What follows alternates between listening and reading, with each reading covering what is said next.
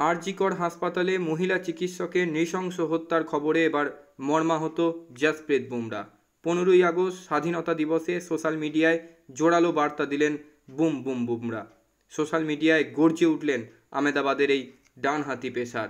Instagram স্টোরিতে বুমরা লিখলেন, মহিলাদের পথ বদলাতে বলবেন না, দেশটা কি বদলে ফেলুন, প্রত্যেক মহিলারাই আরও ভালো কিছুর প্রাপ্য।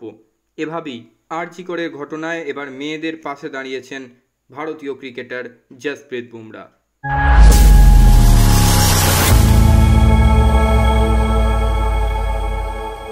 হ্যালো অ্যান্ড ওয়েলকাম গরিবের ক্রিকেট জ্ঞান ইউটিউব পেজে আরও একবার সকলকে স্বাগত জানাই।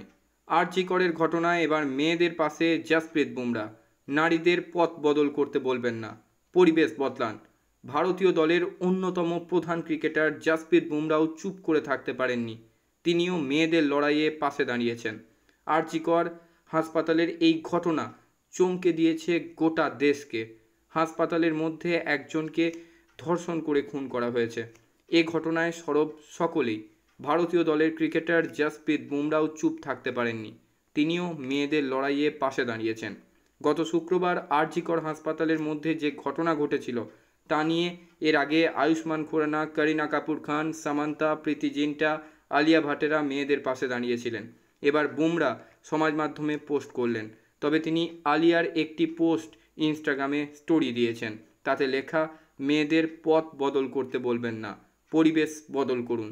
সকল মহিলাই ভালো পরিবেশের দাবিদার। এর আগে আলিয়া সমাজ মাধ্যমে লিখেছিলেন, আরও একটা ধর্ষণ, বুঝলাম মেয়েরা কোথাও সুরক্ষিত নয়। 1 দশক আগে নির্ভয়া কাণ্ড নাড়া দিয়েছিল সকলকে।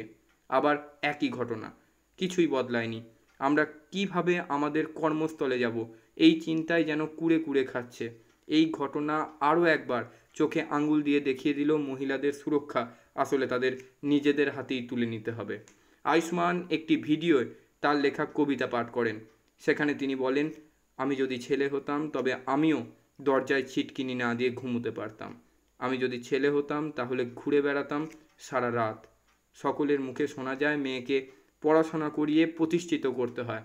আর যদি চিকিৎসক না হতাম তবে এভাবে মাকে চোখের জল হয়তো ফেলতে হতো না। এভাবেই প্রতিবাদ করেছেন সকলে। আজ চুপ থাকতে পারলেন না জসপ্রীত বুমরা।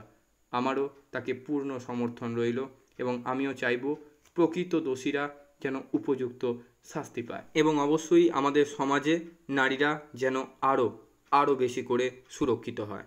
আজকের মতো ভিডিও এই পর্যন্তই। সকলে খুব ভালো থাকুন, সুস্থ থাকুন এবং ক্রিকেট সংক্রান্ত যাবতীয় আপডেটের জন্য আমার গরিবের ক্রিকেট জ্ঞান ইউটিউব চ্যানেলটিকে সাবস্ক্রাইব করে আমার পাশে থাকুন।